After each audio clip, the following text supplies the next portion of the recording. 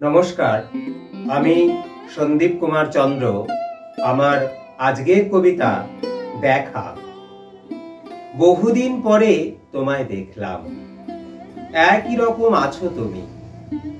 চোখাচোখি হলো একবার, নির্মোহ দৃষ্টিতে বোঝার উপায় নেই আগুন কি শীতলতা, না রোদ্দুর না জ্যোৎস্না, বৃষ্টি প্রাবল্য ছিল কি।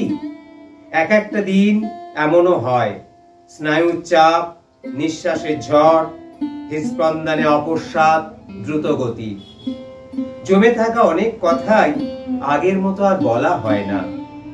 অব্যক্ত সুর নদীতে একারই ঢেউ, তরুণীতে তরে যাওয়ার পথও সময় বিশেষে মসৃণ হয় না। ভোরের প্রথম আলোরই মতো ভালো থাকার উপকরণগুলো হয়তো নিভৃতে থেকে যাবে চিরটা কাল। নমস্কার।